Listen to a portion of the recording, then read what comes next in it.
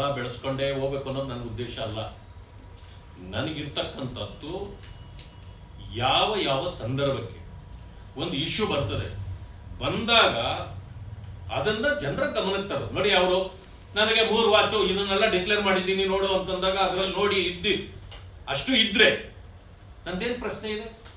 ಅದಕ್ಕೆ ನಾನು ಹೇಳಿದೆ, ಮಾನ್ಯ ಸ್ನೇಹಿತರಾದ ಶಿವಕುಮಾರ್ರವ್ರಿಗೆ ಇವತ್ತಿಂದ ನಾನು ನೋಡ್ತಿಲ್ಲ, ಕಾಲೇಜಿಂದನೂ ನೋಡ್ತಾ ಇರೋನು ನಾನು.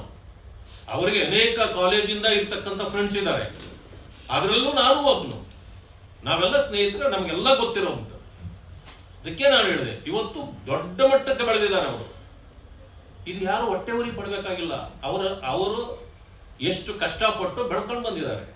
ಬಟ್ ಆ ರೀತಿಯ ಸವಲತ್ತುಗಳು ನಮಗಿದ್ದಿದ್ರೆ ನಾವು ಬೆಳಿಬಹುದಾಗಿತ್ತು, ನಮಗಿರಲಿಲ್ಲ ಅಂದಮೇಲೆ ಹೊಟ್ಟೆ ಉರಿ ಪಡ್ಬೇಕಂತಿಲ್ಲ. ಇವತ್ತು 100 ವಾಚ್ ನೀವು ಕಟ್ರಿ, I am a happiest person to see that as a friend. But ನನ್ನ ಪ್ರಶ್ನೆ ಅದಲ್ಲ. ನೀವೇ ಹೇಳಿದ್ರಿ, ಮೆನ್ಷನ್ ಮಾಡಿದ್ದೀನಿ, ನಾನು ಡಿಕ್ಲೇರ್ ಮಾಡಿದ್ದೀನಿ, ಆ ಡಿಕ್ಲೇರ್ ಮಾಡಿಲ್ಲ ಅನ್ನೋದಷ್ಟೇ ನನ್ನ ಪ್ರಶ್ನೆ. ಇನ್ನು ಉಳಿದಿದ್ದು ಏನು ಆ ಲೀಗಾಲಿಟೀಸು ಅದು ಎಲ್ಲನೂ ನೋಡ್ಕೊಳ್ಳೋದು ನಿಮ್ಮ ಕೆಲಸ, ನಂದೇನು.